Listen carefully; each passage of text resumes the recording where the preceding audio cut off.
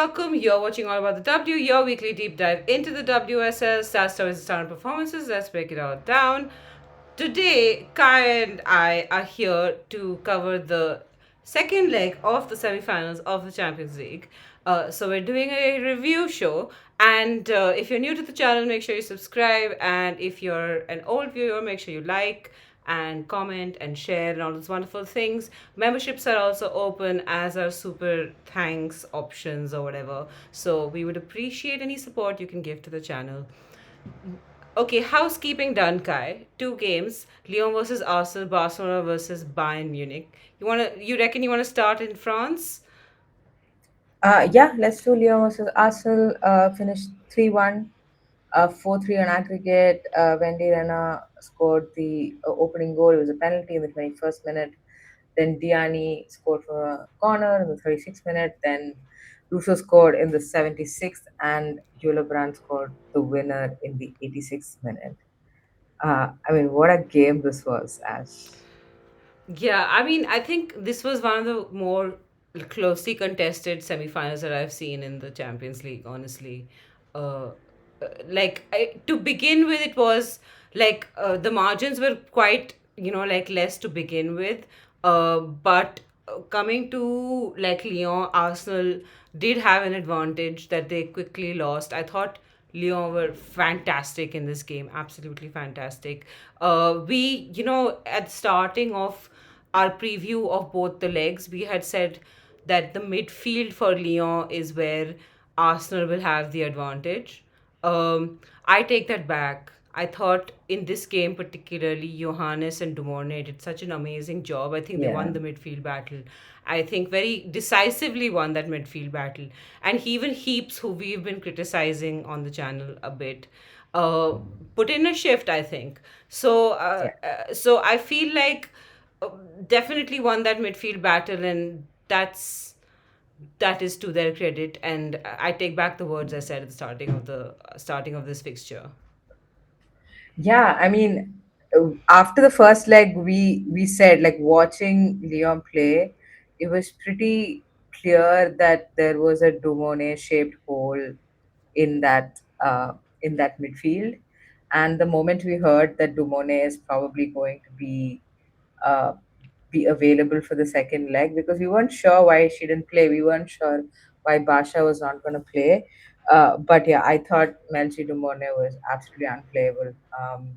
And honestly, I don't think Kim Little and Mariona Caldente. Yeah, I don't know if it's fair to the Leon midfielders if we say they didn't turn up, but like you said, it was a decisive sort of a performance from uh, the Lyon midfield. And I also thought the fact that they were being physical, sometimes like we like Lindsay Heaps was the one who was offering that physicality, even in terms of dealing with Mariona and Little, but also dealing with Russo. I think that's another thing Leon did really well in the first half, especially. I think Horan, credit to her, Heaps, credit to her, I think she kept um, Alessia Russo pretty quiet throughout the first half. But I mean, yeah, obviously Leon had that fast start, and yeah, and then we see that sort of a um, comeback that we are so used to seeing from Arsenal. But I don't know about you, but in this game, right? Although Arsenal score in the 76th minute, and they create a couple of chances before that as well, I never really felt like Arsenal were in a rhythm. And I feel like a lot of that credit to Leon for breaking up play and not letting I say a lot on the channel about how Arsenal are a big momentum team, and when they're in flow, they're gonna take advantage and they're gonna beat you. Yeah. That is how Arsenal invariably win games, and I feel like Leon were very alert to that, and they just never allowed that to happen. I mean, I do think Arsenal had a brief moment in the second half where the momentum could have swung. Because I feel like when Johannes left in the 62nd minute, there was a dip in their form in the midfield, and with Heaps leaving in the 77th, that like dip became slightly more evident because the physicality also then was slightly missing. I do not know what has Hmm. happened to Damaris. Damaris was touted to be one of the best CMs in the world at one point. Mm. I do not know what's happened there, but I did think there was a slight drop off in the Lyon midfield, and Arsenal Yeah, could have capitalized on that at that point. Um, but I just feel like Arsenal just looked a little tired and out of ideas a little bit, just to be yeah, honest. I'm wondering, like the fact that Arsenal had a midweek game against Leicester, even though it was an easy game, you still have to play it. I'm yeah, wondering if that had anything to do with, of course, like Little, for example, only played one half. She was brought off in the 45th minute, and Arsenal have plenty of depth to play against Leicester at least, considering that they comprehensively won that game mm, pretty early. But I still feel like yeah, it takes its toll. In a big game like this, you want to be totally and yeah. fully ready. For the I think that's week's where preparation. Arsenal's injuries and general, lack of depth. We do talk about, like, when we talk about Chelsea, City, Arsenal, especially this season. I feel like Arsenal are the team who've lacked a little bit of depth because, like, obviously there's a drop off in quality for players who come off the bench, but also, like, I also feel like they don't have, like, say, Lexi Potter or a Chloe Sarvi that they just chuck onto the field to sort of deal with a Leicester. You just need like 11 bodies on the pitch. Yeah. I mean, to be Uh, fair, I thought Manam and Pilova put in a shift, and as did, like Samila Holmberg, for example. So there Yeah, are yeah, players. absolutely. But that's my point. Like, for example, in the midfield, the fact that Little and Mariona needed to sort of, Little played 45 and Mariona played 45, Yeah. if I'm not mistaken. Yeah. Even the fact that they played 45, which means they have to go through the whole process of, you know, um, what do you call it? uh, oh, I'm completely missing the word. But anyway, I mean, they're basically warming up. They're Yeah, playing, yeah, yeah. recovery. That's what I was going for. They have to do recovery. Like, they have to do all these processes. It's not a full day of rest. So it's a factor. But then again, yeah, I mean, ultimately, I do feel Arsenal to some extent were just outplayed. Yeah. Um, Ash, Yeah. I also feel yeah, like the Arsenal defense was not particularly disciplined in their like they were kept getting caught out a little bit. I think yeah, Williamson and Bubenmoy still haven't discovered their perfect like rhythm momentum in terms of mm, how to maintain a line, etc. Because I did think yeah. Dumornay were cutting through them with like physicality and pace in a way that made Arsenal uncomfortable. So I think that's something to think about in terms of the future, in terms of like a Yeah, centre back partnership. Uh, absolutely. I also think Fox was okay. I thought Fox did a decent job, but the other three defenders in general didn't have a very good game. Um, but Ash, let's quickly talk about the refereeing because, oh yeah. my God, the VAR. I know every Champions League episode, which means every like match day where there has Yeah. been VAR, we've spoken about VAR. Yeah, But it's I mean, honestly in it's this, so tiresome now. Like, cause you just want to concentrate on the game, and there are all these like controversial decisions taking place. Like, honestly, I think Lyon should have one more goal in their locker. Like, I Hmm, genuinely like. I think too much is made of like even the mildest of obstruction of goalkeepers, etc. I yeah. just feel like. I know I understand obstruction of goalkeepers being something that makes somebody offside, but Hmm. I just feel like every like single like block of vision contact cannot be considered obstruction mildly, like in a way that Yeah. Van Domselaar could easily have avoided or just chucked herself I mean, out Randolph was of. really ball watching. She just Yeah, watched the ball sail over her head and into the goal. But for me, the funnier thing was how long it took for them to pull back play because when yeah, Van Domselaar had stepped out early for that penalty, and that was ridiculous. Like, Olivia Smith was the other end of the pitch. yeah, yeah, Like, yeah, yeah, Arsenal were like fully in transition mode, yeah. and this ref blows a whistle and she's like, "Listen, we're gonna retake that penalty, and that was Yeah, and hilarious. I feel like that should have Uh, happened earlier, because if Arsenal were to have scored at that point, what would they have oh my done? god, Like, it would have been that would have like, been hilarious. yeah, like, like, right, it just lucked out for the referees that Arsenal did not score on a transition or something Hmm. like that, because Yeah, then they would yeah, have been like, oh, should we pull it back till here? Should we pull it back till here? Till the goals still stand? Nobody knows the fucking rules. It's just it. yeah, I just I can't. With VAR, like, it's ridiculous. I think they need to be faster. They need, if there is a controversy over a goal, before play starts, it needs to be resolved. If play yeah. starts, then I think it's over. But I think, in this case, obviously Van Domselaar makes a save, Yeah. and she restarts play quickly Yeah, yeah, yeah. because Arsenal just wanna, get on with the The game. referee needs to blow the whistle until, if there's a VAR check on a goal, we don't restart the Yeah, game, right? So if there is a true, VAR check true. on a not goal, you also don't Hmm. restart the game.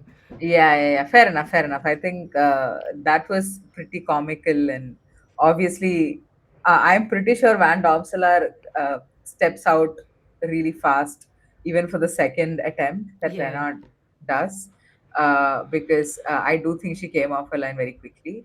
But anyway, that was that. Okay. Oh yeah, I can't stop without talking about Brand's goal, because that touch and finish, like I was rewatching the game, right? And I was looking at the touch and finish, and I was thinking, who in like in my team, like in Yeah. Chelsea, has the technical ability to have that touch and finish like that, or who in the WSL in general, like apart from Russo, right? I can't think of a single player who has the technical ability, who has the composure in such a massive moment, Yeah. like to not snatch at it. It's such a cool finish. Yeah. I mean, it was a beautiful, And beautiful I goal. have to say this about Brand. Like, Brand has scored two of the most important goals for Lyon in this fixture, Yeah, right? With this final goal, but also in the first half, first leg, scoring that all important goal, meaning that Arsenal don't, get away from them. Um, yeah, and so I just feel like, Brand is the kind of player that may not be there for the full 90. Like, I didn't notice Brand like throughout the game. Brand, I thought, had a hmm. good game, but it wasn't like my eyes Yeah. were I thought going her to. off the ball work was pretty Yeah, impressive. yeah. Like I I thought even I she thought I thought was she had a good constantly game, moving. but Yeah, like my eyes were constantly drawn to Johannes, to Dumornay, who are sort of like hmm. more charismatic in a sense with the ball. Um, Yeah, so but all she does is she pops up, she gets her goal. She just has that 5 or 10 minutes of brilliance, and that's all you need from her in every game. I just like, yeah, she's such a hardworking player as well. Like, she puts in the minutes, like she tracks back constantly. This game and the previous game, I saw her tracking back at every opportunity, and like, I think even till the end, like, she's the one that tries the hardest, and I really yeah. appreciate that about Eula Brand. I think, if they are to challenge Barcelona in any way, I think they need Eula Brand to be up and center in that attack. The best. Yeah, yeah, yeah. And I mean, I was thinking about Leon's attack in the final as well. Like both Katoto and Hegerberg look, I don't know, they look mid at best. Yeah, I mean, Hegerberg obviously has that big chance in the beginning, which is essentially a tap in. It's bread and butter for Hegerberg, and yeah, she doesn't convert that. But yeah, I mean, I think, like honestly, until the semi-final fixture, I wasn't really sure about Leon. yeah, I wasn't really sure about um, where they're at as a yeah, team. And after the second leg, I'm like fully convinced. I'm like, okay, they have the tools in the box to give Barcelona a run for their money, especially with the fact that Giraldes is the one who's coaching them. yeah, yeah. My only issue So, is just, I just feel like they still need to work on their substitutions. Like, I think there is a drop hmm, off there, and I think it's a very visible drop off. I do not know what's happened to Katoto, what happened to Damaris, but there is a drop off there, I think. yeah, yeah. Okay, that is Lyon versus Arsenal. Maybe we can move on to Barcelona Yeah. versus Bayern Munich. Okay, Uh, Barcelona versus Bayern Munich 4-2, 5-3 on aggregate. Paruello scores in the 13th minute and Dalman in the 17th, Alexia in the 22nd, Payor in the 55th. Alexia scores again with a brace in the 58th minute, and then Harder scores in the 71st, which eventually just became a consolation goal. Um, Yeah. Guy, I have a very difficult time sort of commenting on this match because, in one sense, Barcelona did run away with it. But Mm. in another sense, like it was competitive in the sense that that Bayern did give them a bigger fight than we thought they would. Does that make Yeah. sense? It was one of those things where like Barcelona were like, okay, we're winning this fixture, Yeah, and Bayern were like trying to claw their way back, yeah, like over and over and over. Because when Barcelona scores so early, you're like, it's done. I remember saying in yeah, the live, okay, this is done.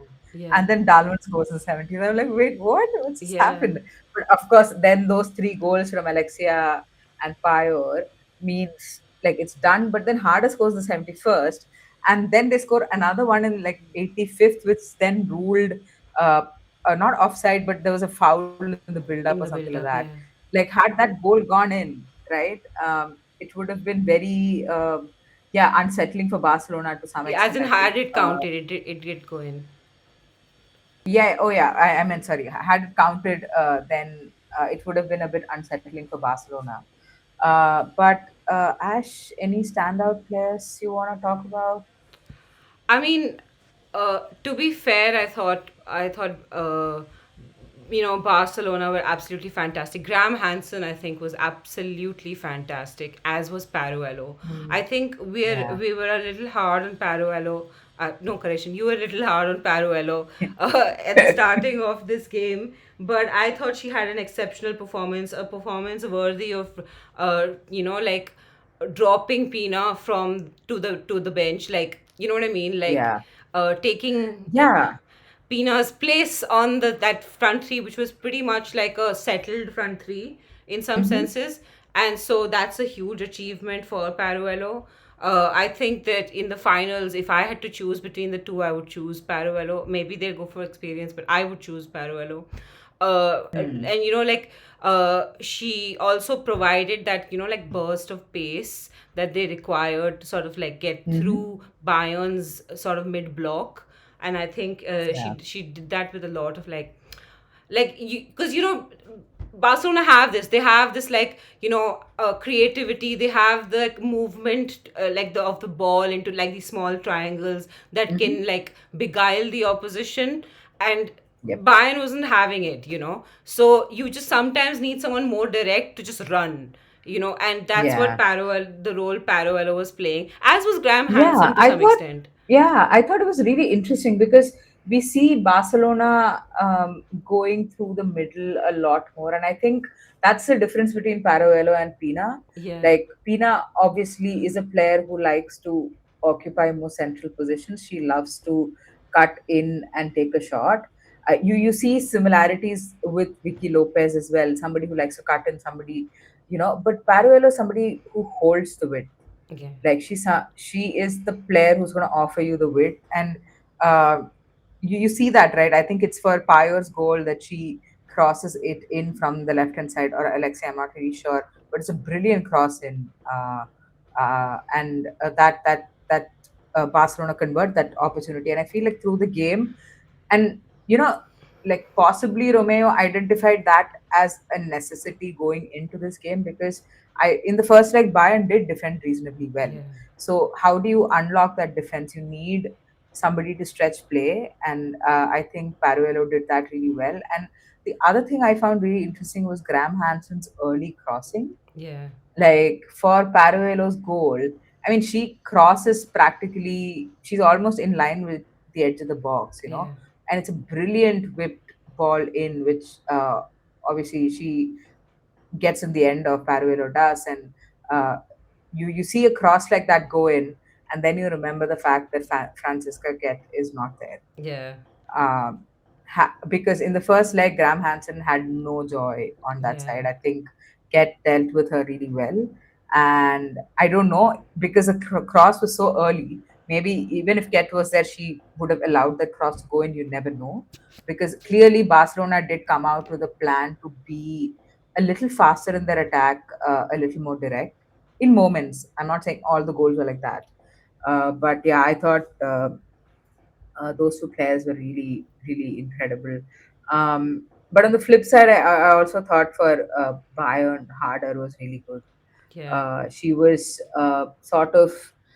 uh, yeah, she was sort of trying to be, in between the centre back and the full back a lot. Yeah. Um, I was Either, told by Chelsea fans, Mhm. I'm looking at you, Couture Criminal, that Harder's, we don't look to Harder for hold up play. I feel like that is no longer true. I felt like she really did hold up play really well along with Darwin. Yeah.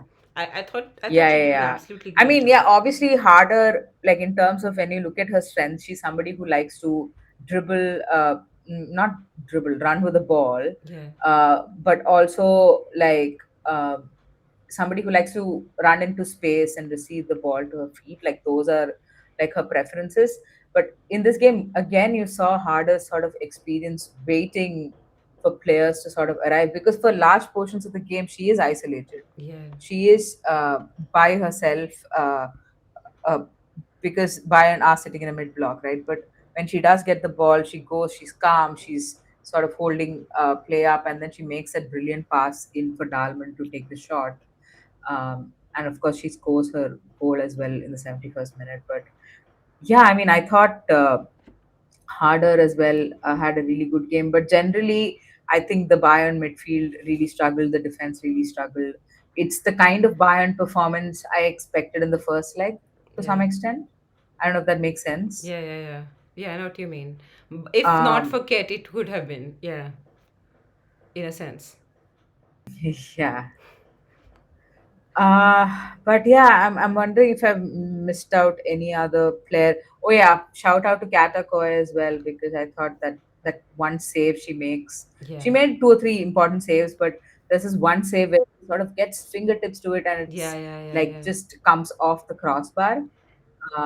I thought that was a brilliant save because that shot came with some venom, Yeah. and I thought she And dealt Bool, with I that wish really Bool well. would shoot more. Like, just shoot, for God's sake. Yeah. Yeah. Mm, Obviously, we can't like not um, I mean, this is a quick chat, but we can't like wrap up without talking about Alexia. Yeah, yeah. I thought Alexia had a good game. It's been obviously like you look at the quarterfinals against Real Madrid and stuff like that. Like everybody had a good game because they're winning that by a big, big margin. Uh, but yeah, I think it really looked like Alexia was sort of enjoying her football in this Yeah, yeah, game. yeah. It was very Ballon Like she was kind of d'Or-esque. relishing playing in. It was a very like I'm the best player in this team Ballon d'Or-esque sort of performance. Like if Barcelona were to Oh go yeah, on to yeah, win the Champions League, I reckon that drumbeat for Ballon d'Or for Alexia will get very loud. I think, irrespective of who wins the final, I think Alexia is winning a third Ballon d'Or. Yeah, It's yeah, just how it is. But regardless, I do think she also had a really really good game, and obviously was very much in tears when she was subbed out, yeah. and it has left fans speculating as to like what Oh her yeah, future have you is, heard these which the discourse LCL is quite rumors? fun. Very bizarre LCL rumors. Yeah, I have. It's made me laugh because yeah, I mean I we'll see mean, if like I just anybody can swing a move like that. It's probably Michelle yeah, Kang. probably Michelle Kang, but at the same time, like if Michelle Kang was approaching her for Lyon, I would still understand it. I'd just be like, okay, these are two story teams, and I can understand the move. But to move to LCL when like if LCL had like built for 1 or 2 years and had reached a place where they were challenging for top three, like then I'd still be like okay fine, but they're Mhm. still at a place where they're equivalent to say a Spurs or a Brighton, and they still have to move up the ladder a little bit before Mhm. they can realistically challenge Arsenal, Chelsea. So I just feel like it's bizarre to me that Yeah. anyone would think that Alexia would move. Like unless like Barcelona are just paying her nothing. Like she's so unhappy in Spain that she just Yeah, I cannot live think there. Barcelona. Yeah, I find the rumors a little funny because I don't think she moves to a side that's not playing Champions League football. Yeah, I just don't think that's going to happen.